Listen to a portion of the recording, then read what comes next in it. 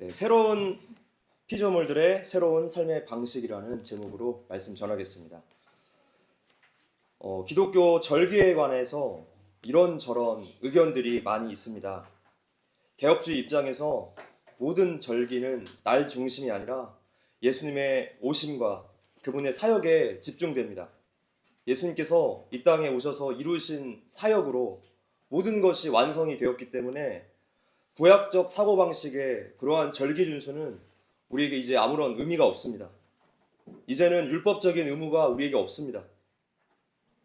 칼빈은 모든 절기 안에 있는 믿음이 중요한 것이지 절기의 정신은 예수 안에서 성취되었기 때문에 매 주일 예배 때마다 그 은혜의 본질을 따르고 누리면 된다고 말했습니다.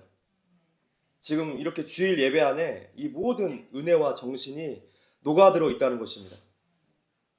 그런데 우리는 인간의 연약함도 잘 알고 있습니다. 자유가 방종으로 흐른다는 사실이죠. 그래서 우리를 붙잡아주는 형식의 필요성도 인정합니다. 우리 성곽교회는 부활주일, 또 성탄 감사예배, 또 두 번의 감사절, 율법적인 절기로서 지킴의 차원이 아니라 예수님의 사역들을 기억하고 또 감사하고 그 의미를 되새기자는 뜻에서 지키는 것입니다. 오해가 없으셨으면 좋겠어요. 지난주에 수원 머스트교회 유관하 목사님을 만났습니다. 같은 개혁주의 신학을 바탕으로 그 교회도 열심히 하이델베르크 요리문답을 가르치는 교회이기 때문에 제가 평소에도 설교를 자주 즐겨 듣고 만나서 불편함 없이 아주 교제가 굉장히 수월했습니다. 집에 돌아올 때 목사님께서 선물을 하나 주셨는데 머스트교회 부활절 기념 커스텀으로 만든 컵이라고 해요. 교회 성도들보다 제가 먼저 받았습니다. 이 컵에 보면 나는 부활이요 생명이니라고 써 있습니다. 그러니까 이 컵을 기도해 왔던 그 기도 대상자에게 선물로 주면서 전도하라는 목적이죠. 참 의미가 있는 것 같습니다. 그렇습니다. 기독교의 가장 중요한 핵심 키워드를 말하라고 하며 부활을 빼놓을 수가 없습니다. 그래서 예수님의 부활을 우리가 기억하고 또 기념하고 이웃들에게 전하고 우리도 삶으로서 살아내야 합니다. 예수 부활은 이미 구약에서부터 예언된 사건이었고 반드시 이루어질 것을 선언한 사실이었죠. 자, 그렇게 약속대로 예수님이 이 땅에 오셨고 그분이 죄인들을 위해 십자가에서 죽으시고 부활하시지 않았다면 수많은 교회 박해의 역사 속에서 교회는 살아남을 수 없었을 것입니다. 예수님께서 부활 승리하셨기 때문에 그분과 연합되어 있는 교회는 죽을 수가 없습니다. 불신자들이 말하는 것처럼 창조와 부활이 그냥 망상이라면 초대교회 성도들의 그 신앙 고백이 오늘을 사는 우리와 무슨 상관이 있겠습니까? 역사적인 사실이고 진실이기 때문에 우리가 믿는 것이고 또 영적으로는 하나님께서 우리에게 믿음을 주셨기 때문에 믿게 되어진 것이죠. 예수 부활의 증거는 너무나 많이 소개가 되어 있어서 쉽게 찾을 수 있습니다. 그런데 당시에 수많은 부활의 증인들이 있었고 또 직접 본 사람들조차 예수님을 믿지 않았다는 것입니다. 불신자들이 그렇습니다. 하나님이 있으면 좀 보여달라 이렇게 말을 하는데 하나님이신 예수님께서 인간의 몸으로 직접 오시지 않았습니까? 그런데도 죄인들이 그분을 십자가에 매달아 버렸습니다. 한마디로 증거가 있는가 없는가, 보았는가 보지 못했는가, 이것은 전혀 문제가 아니라는 뜻이에요. 사실은 믿고 싶지 않은 거죠. 로마서 1장의 말씀처럼 그 마음에 하나님 두기를 싫어하기 때문입니다. 이것이 솔직한 대답이에요. 모든 죄인들은 계속 내가 내 인생의 주인이 되고 싶고 내 죄가 드러나는 것을 원하지 않기 때문입니다. 자, 우리는 먼저 부활에 관해서 개혁교회의 표준 문서 중에 하나인 웨스턴민스터 소요리 문답이 가르치는 바를 확인할 필요가 있습니다. 예수님의 부활은 예수님의 승귀, 높아지심 그 부분에서 다루고 있습니다. 천하의 영웅 호걸이나 절세 가인도 결국에 해결하지 못하는 문제가 있습니다. 바로 늙음과 병듦과 죽음이라는 문제죠. 그래서 부활이 없다면 본질적으로 인간의 삶은 짐승의 삶보다 더 나은 것이 없다라는 것이 전도서 3장 19절의 말씀이에요. 같이 읽어볼게요. 시작. 인생이 당하는 일을 짐승도 당하나니 그들이 당하는 일이 일반이라. 다 동일한 복이 있어서 짐승이 짐승같이 사람도 죽으니 사람이 짐승보다 뛰어남이 없음은 모든 것이 헛되리라. 그래서 하나님과 상관없이 사는 삶은 짐승보다 나은 것이 없습니다. 왜냐하면 죽음이라는 문제를 해결하지 못했기 때문이에요. 그리고 부활이 있어도 다시 병들어서 죽을 몸으로 부활했다면 의미가 없기는 마찬가지일 것입니다. 나사로가 그랬어요. 썩어질 몸으로 부활했기 때문에 다시 죽어야 했죠. 그렇다면 병들어서 고통 속에서 죽음을 맞이하고 소멸할 수밖에 없는 것이 모든 인간의 운명입니까? 아닙니다. 죽음 너머에 존재하는 부활에 대한 소망에 관해서 성경은 여러 곳에서 말씀하고 있어요. 특별히 오늘 본문 고린도전서 15장이 집중적으로 부활에 관해서 설명합니다. 다 같이 한번 읽어보겠습니다. 시작. 그러나 이제 그리스도께서 죽은 자 가운데서 다시 살아나사 잠자는 자들의 첫 열매가 되셨도다. 사망이 한 사람으로 말미암았으니 죽은 자의 부활도 한 사람으로 말미암는도다. 아담 안에서 모든 사람이 죽은 것 같이 그리스도 안에서 모든 사람이 삶을 얻으리라. 49절. 우리가 흙에 속한 자의 형상을 입은 것 같이 또한 하늘에 속한 이의 형상을 입으리라. 아멘. 성도들이 취하게 될 부활의 몸은 우리에게 가장 큰 소망이 됩니다. 부활의 몸은 썩지 않고 영광스럽고 강하고 신령한 몸입니다. 가장 아름답고 가장 건강하고 가장 강한 상태로 썩지 않는 영원한 삶을 누리는 것이 부활의 복입니다. 부활의 몸은 하늘에 속한 이의 형상을 따른 거예요. 자, 기독교의 현실성은 바로 여기에서 나옵니다. 늙음과 병듦과 죽음과 이 갈등의 문제를 해결하지 않고 그냥 마치 마약성 진통제처럼 사람의 눈을 가릴 수는 있겠죠. 그러나 그러한 문제는 곧 드러나기 마련일 것입니다. 이 땅에서 이 짧은 생애 동안에 누리는 그 행복만을 강조하는 논리와 주장은 너무나 우리에게 허무해요. 늙음과 병듦과 죽음을 해결하지 못하는 종교는 아무런 의미가 없습니다. 이 모든 한계와 문제가 예수님의 부활로 극복이 된 것입니다. 그 문제가 해결됐어요. 예수님과 연합된 성도는 그리스도의 부활에 의지해서 부활하게 될 것입니다. 예수님의 부활 후에 그 영광스러운 그 몸의 변화처럼 예수님과 연합된 성도는 부활의 때에 영광스럽게 변화될 것입니다. 예수님을 믿는다는 것은 이 모든 일에 연합된 성도가 되어서 하나님께서 준비해 주신 이 큰 은혜와 영광에 우리가 참여할 수 있게 되는 거예요. 그래서 복음 앞에 영광이라는 단어가 붙습니다. 영광의 복음. 이 엄청난 은혜들을 우리는 배우고 알고 하나님께 무한 감사, 무한 찬양 드려야 할 것입니다. 우리 성도 중에 예수 부활을 믿지 않는 사람은 아마 없을 것입니다. 모든 말씀의 시작인 창세기 1장 1절에 천지 창조의 진리를 통과한 성도라면 부활은 당연히 믿고 받아들일 거예요. 제가 처음에 예수님의 부활을 우리가 기억하고 또 기념하고 이웃에게 전하고 삶으로 살아내야 한다고 말씀드렸는데 부활을 삶으로 어떻게 살아내야 하는가? 이 부분에서 우리가 멈칫할 수 있습니다. 예수의 부활이 오늘을 사는 나에게 과연 어떠한 의미가 있고 어떻게 적용되어야 하는가? 이것을 묻는다면 대답을 할 수 있는 성도는 그리 많지 않을 거예요. 그래서 오늘은 이것을 주제로 말씀을 전하려고 합니다.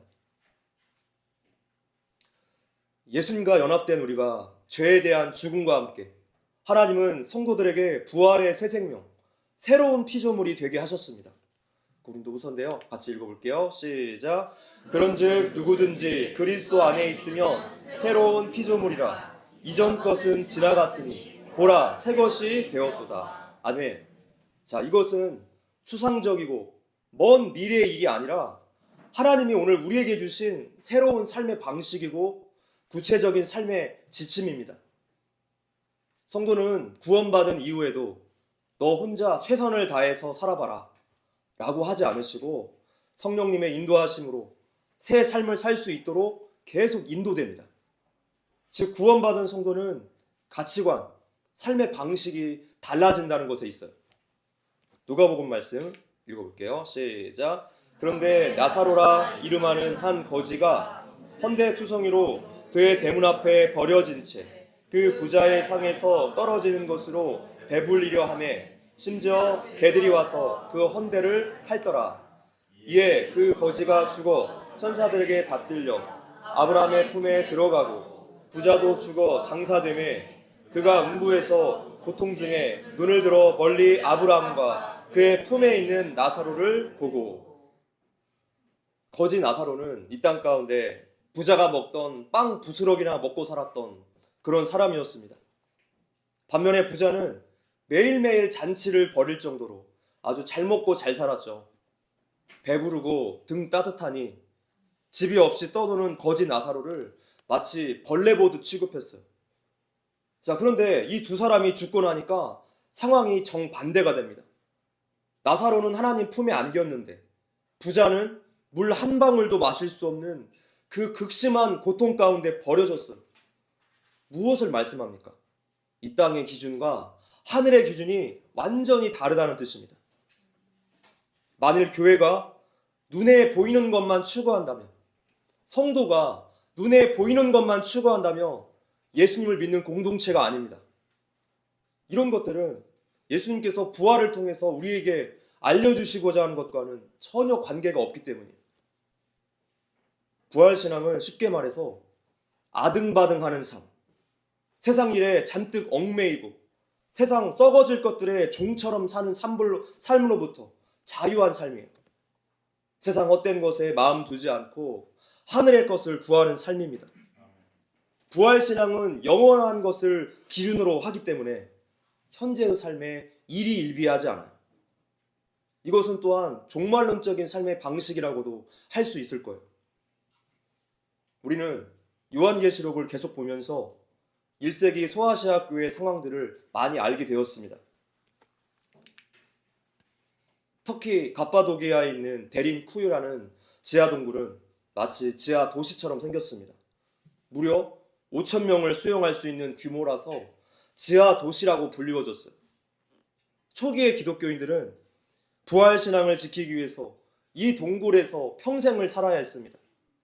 한 사람이 겨우 지나갈 만한 그 좁은 통로를 따라서 서로 왕래하며 살았고, 로마 군인들이 앞뒤를 막아버리며 도망할 곳이 없어서 죽어야만 하는 이러한 곳에서 신앙을 지켜내었습니다. 그들의 믿음의 중심에 부활신앙이 있었기 때문입니다.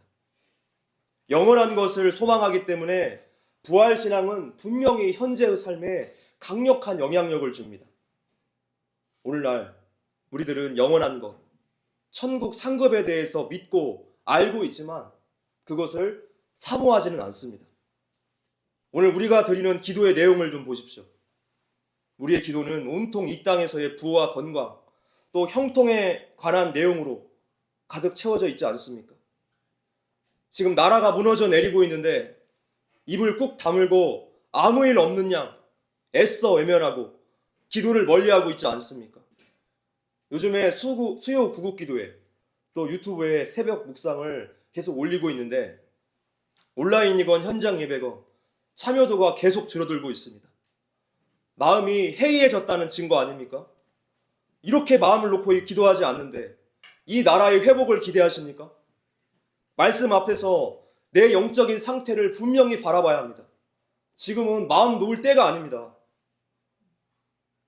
부활신앙에 대한 실제적 삶의 적용점은 죽음으로부터의 자유함에 있어요. 즉, 이 땅에서 썩어질 것들로부터의 자유함에 있다는 것이죠. 그래서 세 가지를 살펴볼 것입니다. 한번 같이 읽어볼까요? 자, 시작. 이 땅에 첫 번째는 일상의 성실한 삶. 자, 사복음서는 식사라는 너무나 평범한 일상을 예수님의 부활과 연결시켜 놓았습니다. 엠마오로 가는 두 제자 이야기에서도 예수님과 저녁을 먹고 난 후에 부활의 주님을 알아보기 시작합니다. 요한복음 21장에서도 부활하신 예수님은 갈릴리 바닷가에서 아침 조반을 제자들에게 먹이셨어요. 지금 부활이라는 초월적인 사건이 가장 일상적이고 평범한 행위, 식사 자리와 하나가 되는 거예요.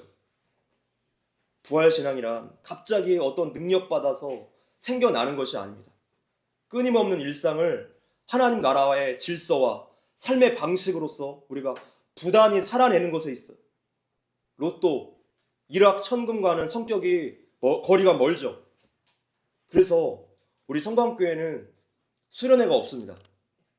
성도들의 교제를 위해서 MT만 있어요. 매일매일의 큐티가 우리에게 가장 중요합니다. 세상에서도 어떤 노력과 성실 없이 열매를 맺으려는 한탕주의가 팽배합니다. 그렇습니다. 죄성을 지닌 인간은 모든 면에서 하나님을 대적하고 싶어 하기 때문에 불성실해요. 대박을 원하고 요행을 바라고 기뻐해요. 교회들도 마찬가지죠.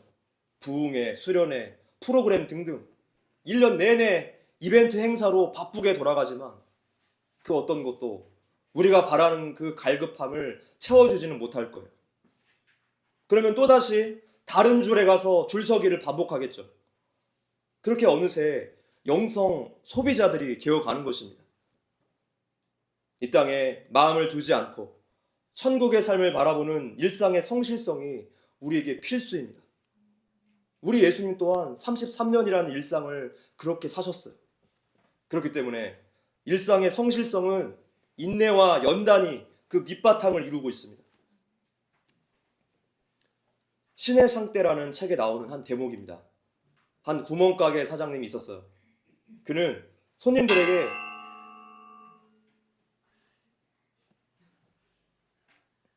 손님들에게 새로 부임해 오신 목사님을 막 칭찬하곤 했습니다. 우리 목사님은 참 훌륭한 분이고 설교를 참 잘하십니다. 그랬더니 어떤 손님이 이렇게 물어봤어요. 아니, 얼마나 설교를 잘하시는데요? 네, 좌우간 잘하십니다. 그렇다면 지난 주간 목사님이 어떤 설교를 하셨습니까? 그러자 그 주인이 이렇게 대답했어요.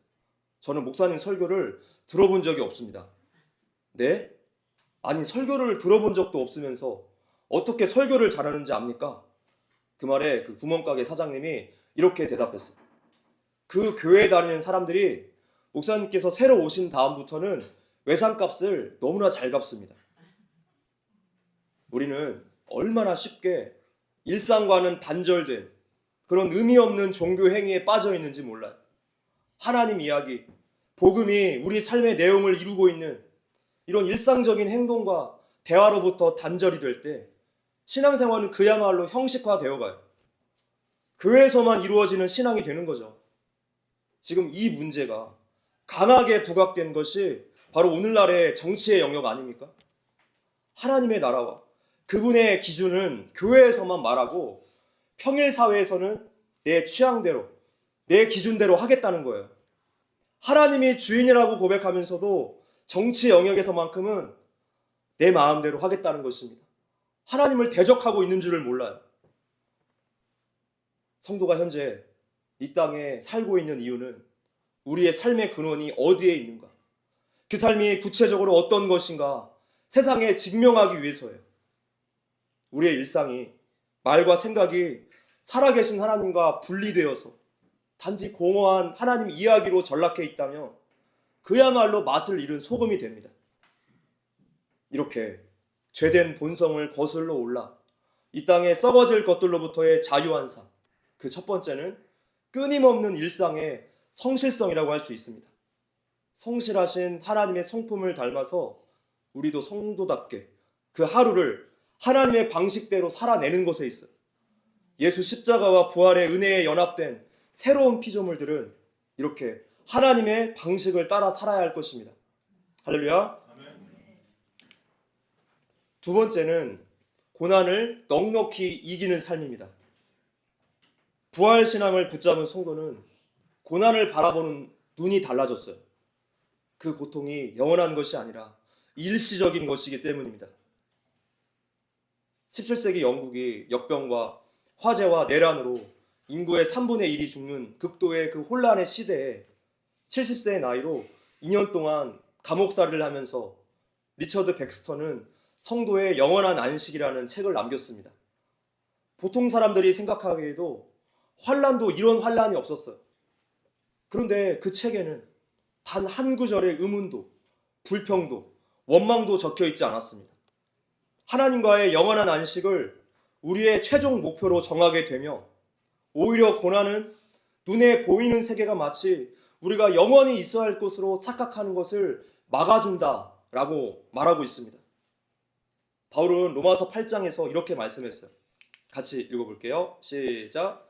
누가 우리를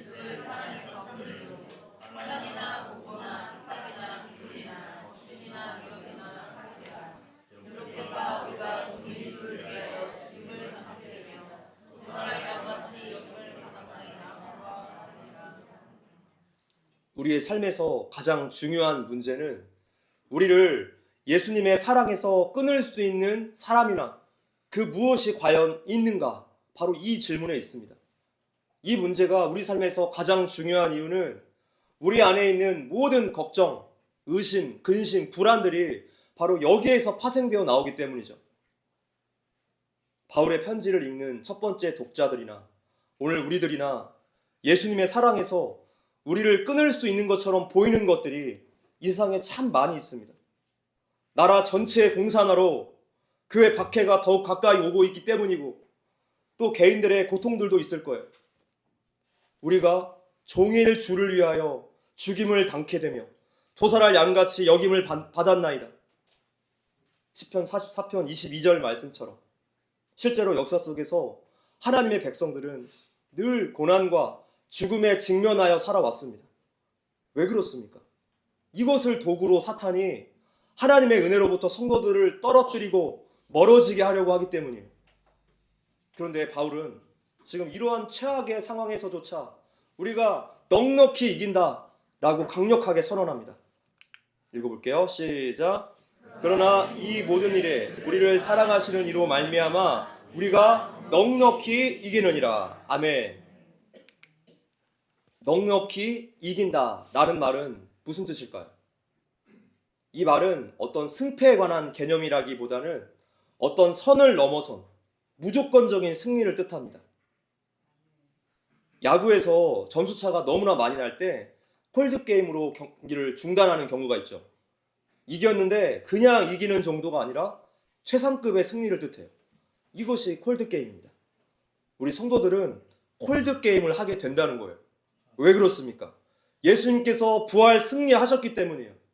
부활 승리는 우리에게 있어서 이미 확정된 승리이기 때문에, 확정된 사건이기 때문에 예수님과 연합되어 있는 성도는 고난과 박해 가운데 견디는 것을 넘어서서 넉넉히 이길 수 있게 됩니다. 우리는 우리의 어떤 감정과 우리의 어려운 상황 때문에 하나님의 사랑을 판단하는 것이 아니라 하나님의 이 영원한 약속의 말씀을 붙잡고 믿음으로 받으시면 됩니다. 성도는 모든 고난 가운데 넉넉히 이기게 될 것입니다. 할렐루야. 마지막 세 번째 같이 읽어볼게요. 시작. 이웃들을 살리는 삶. 자, 죄인들은 언제나 자신의 유익만을 구합니다. 그리고 어떻게든지 더 많이 얻으려고 해요. 죽을 때 한 가지도 가지고 가지 못할 이 땅에 썩어질 것들을 어떻게든 더 많이 움켜쥐려고 하죠. 그러나 새로운 피조물 된 성도들의 삶의 방식은 섬기고 나누고 살리는 삶으로 나타나요.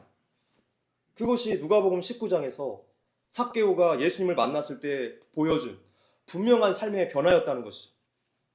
읽어보겠습니다. 시작. 삭개오가 서서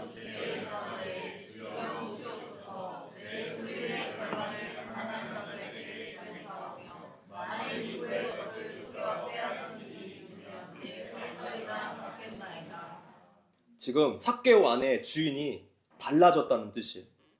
나라도 팔아먹고 사람들과의 관계도 깨뜨릴 만큼 돈의 종이었던 그가 이제 주인이 예수님으로 바뀌니까 진정한 자유를 경험하게 됩니다. 이웃들에게 나누고 배상을 해도 아깝지가 않은 것이죠. 예수로 충만해졌기 때문이에요. 사랑의 대상이었던 그 돈이 원래의 자리로 돌아갔어요. 이웃을 살리는 도구가 된 것입니다. 신앙의 출발점은 하나님께서 아브라함에게 하신 말씀처럼 고향과 친척과 아비의 집을 떠나서 하나님께서 지시하시는 새로운 땅으로 가는 것을 말합니다. 그렇다면 우리 모든 성도들에게 고향과 친척과 아비의 집은 곧 죄의 종되었던 때에 죄인들이 본능적으로 추구하던 삶, 나 중심, 내 유익을 극도로 추구하는 그 삶을 말해요. 우리가 세상 살면서 배웠던 자아 실현의 극대화를 추구하는 삶이겠죠. 그 땅은 죄의 본성을 역행하는 삶이에요. 이 삶을 떠나서 하나님께서 지시하시는 땅으로 가라는 것입니다. 곧 이웃을 살리고 풍성하게 하는 삶입니다. 부와 명예에 대해서 질투하지 않고 그것을 얻기 위해서 애쓰지도 않습니다. 하나님께서 주신 것에 감사하고 자족하고 주변의 어려운 이웃들을 돌보는데 물질을 사용하고 그렇게 하루하루 성실하게 정직하게 살아갑니다. 아니, 죄인이 어떻게 이렇게 삽니까? 모든 것이 성령님 때문에 그렇게 되어져 가요. 구원받은 성도는 이 땅에 속한 사람이 아니라 하늘에 속한 자가 되어서 천국을 소망하며 살기 때문이죠. 이 땅이 영원한 집이 아니라는 것을 알기 때문입니다. 성도 여러분, 혹시 정부에서 인생 지원금을 준다면 나를 위해 사용하지 마시고 애국 단체, 애국 활동에 전부 다 쓰십시오. 전부 다 미래 세대들의 빚이에요. 여러분 알다시피 지금 경제가 다 붕괴되고 있습니다. 주요 43개국 중에 41위를 했어요. 화폐 가치가 완전히 폭락했습니다. 나라 살리는 일에 사용하십시오. 잠언 19장 17절 말씀에 읽어볼게요. 시작. 가난한 자를 불쌍히 여기는 것은 여호와께 구워드리는 것이니 그의 선행을 그에게 갚아주시리라. 하나님께서 갚아주시겠답니다. 계산하지 않아도 입히시고 먹이시겠답니다. 우리 성광교회 지난 10년이 매번 그랬어요. 이것저것 재고 계산했다며 월세 밀려서 벌써 교회 문 닫았을 것입니다.